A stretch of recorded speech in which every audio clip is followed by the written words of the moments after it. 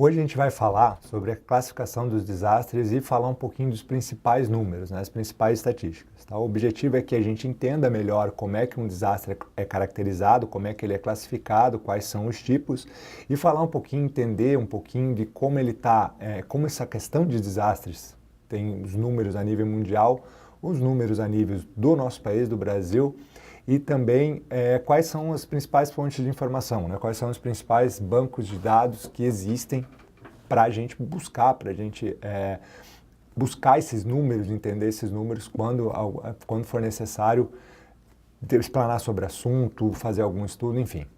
Tá? Então, a gente começa falando um pouquinho como é que um desastre acontece, né? A gente sabe, né? A gente já fez o curso, já fizemos diversos, desde o curso de formação básica até no nosso curso de transferências de recursos federais para a Defesa Civil, a gente entende bem o que é um desastre, né? A gente está falando de um evento natural que somado a uma área vulnerável, ele acaba causando um desastre, que é o somatório de danos e prejuízos nesse espaço, nessa área que atinge diretamente a população, ou infraestrutura, ou saúde, ou meio ambiente, enfim, tá? Que causa o dano relacionado.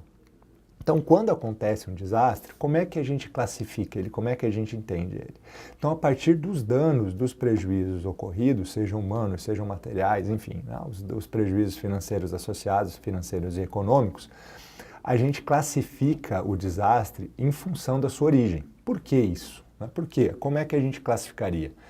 A gente não faz muito sentido, apesar dele estar diretamente relacionado ao dano, que a gente vai dizer que é um desastre nas habitações, né? A gente teve dentro de um município as habitações danificadas e destruídas, então é um desastre que é relacionado às moradias. Não, a gente classifica em função da origem, né? A gente classifica em função do evento que originou, né, que causou aqueles danos os danos dentro da área vulnerável onde esse evento se caracterizou, tá?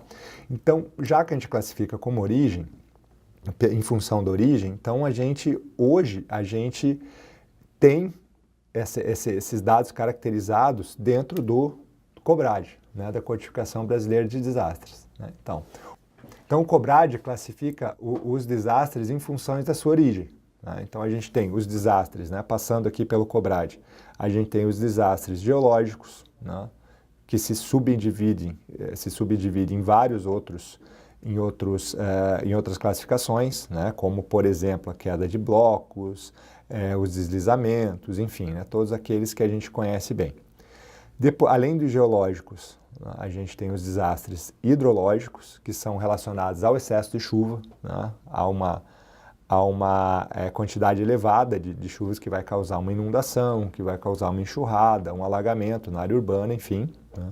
Depois a gente tem os desastres meteorológicos, né? São aqueles relacionados ao tempo, né? Ao clima, então são sistemas meteorológicos que atuam, sejam eles em grande escala ou escala menor, né? Relacionado, por exemplo, a tempestades, né? Tornados que têm acontecido com maior frequência no território brasileiro, granizo, chuvas intensas, né, que é aquele somatório de danos relacionados a uma precipitação muito elevada, tá? Temperatura, problemas de temperatura, enfim. Passando pelos meteorológicos, ainda dentro dos desastres naturais, a gente tem aqueles relacionados ao clima, então a estiagem, a seca, né, a falta excessiva, a questão da falta de chuva também, né, nesse caso. Depois, os biológicos, relacionados às epidemias, doenças, enfim, né? Aquilo que a população mais relacionada à área da saúde, né? E, por fim, a gente tem os desastres não naturais também, né? Os tecnológicos, ou seja, aqueles que efetivamente não são causas simplesmente naturais. Então, por exemplo, muito comum a nível mundial, não a nível do Brasil, são os radioativos, né? Os também relacionados à poluição, tá? Então, diversas outras tipologias que também são relacionadas à origem do evento que efetivamente causou o dano, tá? Então, voltando à nossa discussão aqui, a gente vai falar um pouquinho agora dos números, tá? De forma bem sucinta. A gente vai ver que desastre é um problema que em números chama muito mais atenção do que normalmente a gente tá acostumado a pensar, né? Então, quando a gente olha que a nível mundial esses desastres afetam diretamente 200 milhões de pessoas no mundo por ano, né? A gente está falando de um número muito elevado. E quando a gente fala afetados aqui, esse número é diretamente, são pessoas que perderam suas casas, elas estão desabrigadas ou desalojadas, elas foram isoladas, elas, enfim, são danos, são prejuízos relacionados diretamente à ocorrência do desastre, né? Outro número que chama muito atenção aqui, né? A gente está olhando, são 3,3 milhões de óbitos nos últimos 30 anos, né? Essa estatística, ela pega 40 anos, pega da década de 70 a 2010, né? Então, a gente vê que em 40 anos são 3,3 milhões de óbitos relacionados a desastres naturais, tá? Esse gráfico, a gente vai falar da fonte dele um pouquinho mais à frente, mas ele está aqui com o objetivo de mostrar que nas últimos, né, desde a década de 90 até 2012, a gente vê o quê? A gente está vendo que nas colunas, tá, são as vítimas relacionadas. As vítimas aqui nesse caso são as pessoas desabrigadas, desalojadas, as diretamente afetadas e os óbitos recorrentes do desastre, tá? A curva em vermelho, ela é a quantidade de eventos, tá? Então, o que mostra esse gráfico, né? Apesar de ser natural em qualquer base de dados que com o tempo essas informações sejam mais consistentes em função da evolução dos dados dentro de qualquer banco de dados, a gente vê uma tendência ao aumento, né? A gente vê uma tendência tanto na questão da recorrência, a gente vê que da década do ano 2000 para frente, a gente vê um aumento generalizado nas recorrências e um aumento também do número de vítimas, né? Por vítimas está um pouquinho mais regular, a gente tem alguns picos também em alguns anos um número mais reduzido, mas no geral a gente tem um incremento da quantidade de desastres, tá? Falando um pouquinho agora no Brasil, o que a gente tem, né? Então, o estudo que foi feito, o primeiro estudo, vamos dizer assim, quanto à ocorrência, quanto aos registros de desastre, a gente vê uma característica parecida, né, com o que ocorre naquele gráfico que referencia todo o planeta, né? A gente vê aqui na década de 90 uma menor quantidade de registros, né? A partir do ano 2000, um incremento dessa quantidade. Bom, da mesma forma, a gente sabe que quanto mais recentes os dados, né, principalmente que esse estudo que originou esse gráfico e está dentro do Atlas Brasileiro de Desastres Naturais, ele foi feito a posteriori, ou seja, se buscou as informações não de maneira proativa, não de maneira se buscou a posteriori, então é normal que quanto maior a distância da origem do dado, mais tempo decorrido, mais difícil é se buscar essa informação. Então, também é natural que os números recentes eles sejam maiores. Todavia, da mesma forma que no gráfico que a gente viu ali dos registros a nível mundial, a gente vê um incremento claro na quantidade, uma consistência maior de eventos dentro dos últimos anos, né? Então, isso é uma característica semelhante dentro das duas bases de dados, tá? E falando um pouquinho dos registros mais frequentes, já que como nós acabamos de ver, a gente classifica o desastre em função da sua origem, então quais são os registros mais frequentes no Brasil, né? A gente tem o registro relacionado à seca e estiagem como o mais comum, tá? Depois a gente entra nos desastres hidrológicos, ou seja, as enxurradas e inundações. E depois a gente tem um maior equilíbrio entre os outros tipos de desastres, né? Chama atenção, por exemplo, aqui, que a gente vê que são um número bem significativo a quantidade de eventos relacionados a granizo, né? No sul do país, principalmente, a gente tem com frequência danos relacionados à ocorrência desse tipo de fenômeno. Por quê? Porque ele atinge diretamente as habitações mais populares, mais de maior carência, né?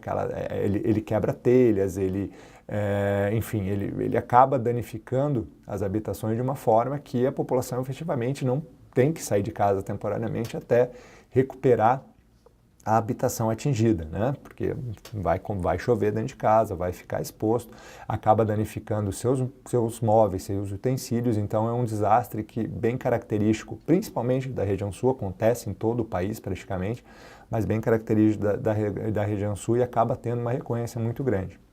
O que é importante a gente ver nesse gráfico, né? Que essa quantidade de registros relacionados à estiagem seca, ele também ele é oriundo, né? Ele tem origem na forma que a gente conta esses desastres, né? Então, se a gente classifica o desastre em função da sua origem, a gente conta ele também levando em consideração aonde ele ocorreu, tá? Então, quando a gente está falando de seca e estiagem, a gente está falando do registro feito por cada um dos municípios, tá? Então, como a seca e a estiagem são eventos abrangentes, né? Por exemplo, a gente está passando uma seca muito séria, tanto na área mais comum, que é o semiárido brasileiro, mas também em Minas Gerais, norte de São Paulo, e esse tipo de evento ele acaba abrangendo uma quantidade grande de municípios cada vez que ele ocorre, né? Então, o semiárido acaba sendo quase que totalmente atingido e a gente está falando de uma quantidade maior aí do que 1.000 municípios, né? Então, ainda mais numa seca como essa que abrangeu mais do que os limites caracterizados dentro do semiárido, pegando regiões do Tocantins, Maranhão, Espírito Santo, uma área maior de Minas Gerais, então a quantidade de registros é muito grande, né? Então é importante lembrar disso quando a gente está tratando esses dados, né? Quando a gente está examinando esses dados, entender que a contagem é feita município por município, o que ocasiona esses registros mais frequentes, a maior quantidade relacionada a seca e estiagem, tá? Também falando um pouquinho de números que a gente tem que considerar, que são os prejuízos econômicos, são muito importantes, né? Às vezes é uma vertente do desastre que a gente acaba não levando em consideração, né? Não estudando bem, não lembrando bem disso. Mas só alguns números bem rápidos aqui. O Banco Mundial recentemente publicou um estudo onde ele através de uma metodologia consagrada mundialmente, ele colocou que foram estimados cerca de 15,5 bilhões de reais em prejuízos nos desastres de Santa Catarina, os desastres de 2008, né, chuvas, enxurradas, fluxos, detritos e lama ocorridos principalmente na região do Vale do Itajaí em 2008, os desastres relacionados também às enxurradas e inundações ocorridas em Pernambuco e Alagoas em 2010, né, que abrangeu uma área grande e uma área muito vulnerável, né, municípios muito pobres foram atingidos naquela ocasião, e também o desastre do Rio de Janeiro, na região serrana no Rio de Janeiro, de 2011, onde a gente teve aquela quantidade muito grande, infelizmente, de óbitos e também muitos danos à economia, apesar de ter sido um desastre um pouco mais localizado que os dois anteriores, ele também teve prejuízos econômicos significativos, né, em função também das chuvas, deslizamentos, enfim, que ocorreram naquela oportunidade. Outro dado interessante também é que a União transferiu diretamente aos estados e municípios em 5 anos, né, entre 2008 e 2013, mais de 4 bilhões de reais. Então, esse volume de recursos diretamente vinculado às ações de resposta e recuperação que a gente está tratando aqui como objeto principal do curso, tá? Então vejam que são números bem significativos. Indo para frente aqui só para fechar a questão da distribuição desses desastres, então como a gente já esperava, né, os registros, que é esse verde mais escuro, relacionados à estiagem seca, eles são bastante frequentes, aparecem em quase todas as regiões, né, aparecem em todas as regiões, com uma incidência maior na região Nordeste, em função do semiárido do Brasil, mas também a gente pode observar como ele é significativo, esses dois eventos são significativos na região Sul também, em função até da atividade agrícola muito forte na região Sul, quando ocorre esse tipo de evento, o prejuízo relacionado é significativo e acaba caracterizando um desastre, mas a gente vê a mesma característica no Centro-Oeste e no Sudeste. Tá? Então depois a gente vê a distribuição também presente em quase todas as regiões aí do significativo das inundações e das enxurradas, e depois uma série de eventos de menor significância que estão distribuídos aí ao longo do território brasileiro. tá? Então essa é a distribuição baseada na classificação em função da origem do desastre. Bom, falando agora um pouquinho de banco de dados, da onde vêm essas informações, então é interessante a gente conhecer as principais fontes, saber onde é que a gente pode buscar essas informações quando necessário, quando a gente precisar caracterizar, comprovar alguma informação que por qualquer necessidade a gente precise fazer, tá? Então, a nível mundial, existe um banco de dados, tá, que é tido como a única base de dados pública que dispõe de dados a nível global. Então, que tenta aglutinar dados, enfim, né, de acordo com os critérios desse banco de dados, buscar informações do mundo como um todo. Ele é do CRED, né, que mantém esse banco de dados chamado o ENDAT, tá? International Disaster Database. Então, como eu falei, né, considerada da base de dados mais completa a nível global. Tá? Então, é essa carinha que o site tem e você pode buscar informações por país, por tipo de desastre. Existe uma série de mapas já previamente definidos que caracterizam bem esses números, essas estatísticas. Né? E legal a gente ver aqui que como é que eles contam isso, né? Porque outra coisa interessante é dizer qual é a linha de corte que caracteriza efetivamente um desastre, né? Como é que ele efetivamente ocorre, né? No nosso caso, a gente segue as instruções, os critérios estabelecidos pela Instrução Normativa 01, tá? E como é que é contado a nível global? Então, olhando aqui os critérios, ele é considerado um desastre que, para entrar nessa base de dados, a ocorrência de 10 ou mais vítimas fatais, 100 ou mais pessoas afetadas, um desses 4 critérios, né? Não precisa atingir os 4, né? Superar os 4 números, os quatro requisitos, considerando que aqui os afetados efetivamente são as pessoas diretamente que tiveram algum efeito direto ao desastre, ou seja, a gente está falando de desabrigados, de desalojados, de pessoas que de alguma forma alteraram a sua rotina imediata em função, né, a sua rotina diária em função da ocorrência do desastre. Se foi declarado o estado de emergência, né, ou se foi solicitado o pedido de ajuda internacional. Né? Então, são esses os critérios para essas informações, esse desastre ser contabilizado, vamos chamar assim, dentro do ENDAT. Falando em nível nacional, a gente não tem uma base de dados um banco de dados tão interativo, vamos dizer assim, tão preparado, ainda tão maduro quanto o ENDAT, mas hoje a Secretaria Nacional de Proteção e Defesa Civil, ela tem o S2ID, né? Ele é um sistema integrado de informação sobre desastre, onde os municípios, eles hoje utilizam ele principalmente para as informações de ocorrência do desastre com o objetivo de solicitar o reconhecimento de situação de emergência ou o estado de calamidade pública, mas existe também uma grande quantidade de registros executados pelos municípios que são simplesmente registros, ou seja, não necessariamente o desastre alcançou os critérios da Instrução Normativa, mas ele causou danos e prejuízos significativos que o município tem informado dentro da S2D.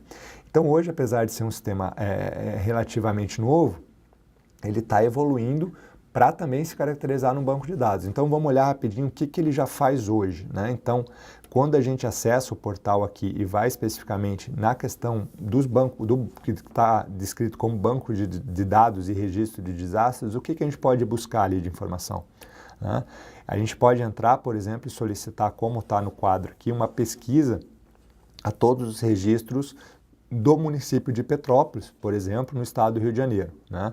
Então, a gente observa que, como resultado aqui, a gente vai ter uma lista de diversas, enfim, né, de todas, no caso da pesquisa que a gente deixou abrangente para todos os desastres, e, por exemplo, a gente tem um registro de 24 de dezembro de 2001, um formulário de avaliação de danos, né, os mais antigos vão lembrar dele, né, o que o FID veio a substituir, que são enchentes e inundações graduais, e que quando a gente efetivamente vai ali e abre o documento, a gente retorna a fonte da pesquisa, né? Ou seja, o formulário em si que originou o dado que foi registrado no S2ID, que inclusive é o dado que foi utilizado para a formulação, para a elaboração do Atlas de Desastres Naturais. Tá? Então, esse é uma fonte, né? Como eu disse, ainda ela é um pouco não tão madura, ela não tem as mesmas características do ENDAT quanto a geração de dados, mas ela é a fonte, uma fonte de informação para qualquer pesquisa. Indo um pouquinho à frente, outra informação gerada dentro do S2ID é essa questão da análise espacial, né? Então, o que a gente pode produzir aqui dentro? Então, a gente empregando o filtro, né, para o desastre do tipo enxurradas, né? Então, a gente selecionou o período de datas entre o começo do ano de 1980, uma data bem atual, aqui o final do mês de outubro de 2014, a gente selecionando, daí fazendo a seleção no estado de Santa Catarina, ele gera automaticamente esse mapa, onde é legal a gente ver em função desse gradiente de cores, onde os mais escuros, os municípios mais pintados, de uma cor mais forte, eles são aqueles que tiveram maior recorrência, né, desse tipo de evento que a gente selecionou no caso das enxurradas. Tá? Então, você veja que o sistema informa que foram 2.234 registros que abrangeram 290 municípios, ou seja, o estado de Santa Catarina particularmente, praticamente todos os municípios em algum momento durante esses 34 anos que a gente optou dentro da pesquisa, eles praticamente todos em algum momento registraram algum desastre causado por enxurrada. Outra coisa interessante quando vocês fizerem esse tipo de pesquisa no site, é que passando o cursor nos municípios, vocês vão ver que ele traz informações sobre os danos humanos dos registros, o somatório dentro desse período de datas e relacionados a enxurradas, no caso aqui a gente selecionou danos humanos, tá? Ele vai trazer as informações, você passando o cursor em cima dos municípios, clicando no município, ele vai trazer as informações relacionadas a esse tipo de dano.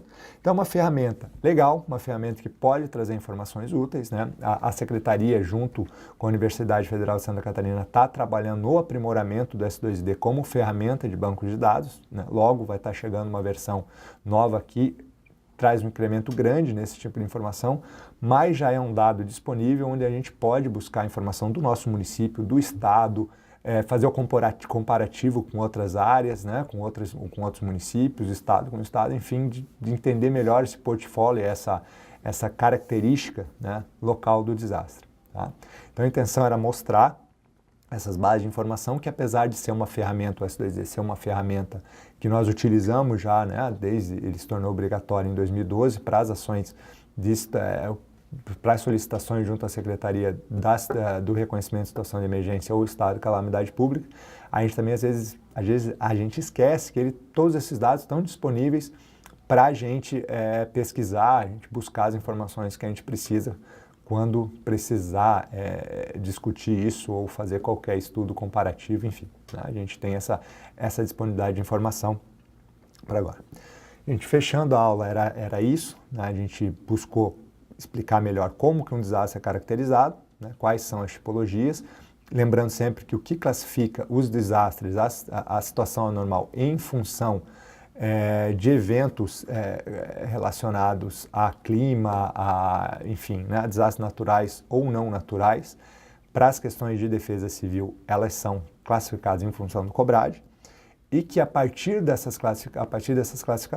classificação, a gente tem as tipologias e a gente entende os desastres em função da sua origem e é em função da origem que a gente trata essas estatísticas, entende esses números, que é o que a gente acabou, né, uma publicação, como eu coloquei no começo, a mais recente, a primeira tentativa de fazer uma estatística abrangente sobre desastres é o Atlas Brasileiro de Desastres Naturais. Outra iniciativa muito interessante é a publicação que o Centro Nacional de Gerenciamento de Riscos e Desastres faz todo ano relacionado aos números principais do ano anterior, né? Então, existe o Anuário Brasileiro de Desastres Naturais, que é publicado pela Secretaria todo ano, existe a versão 2011, 2012, 2013, que traz os principais números do ano e algumas comparações com anos anteriores dos desastres naturais. Tá? Então é isso, obrigado.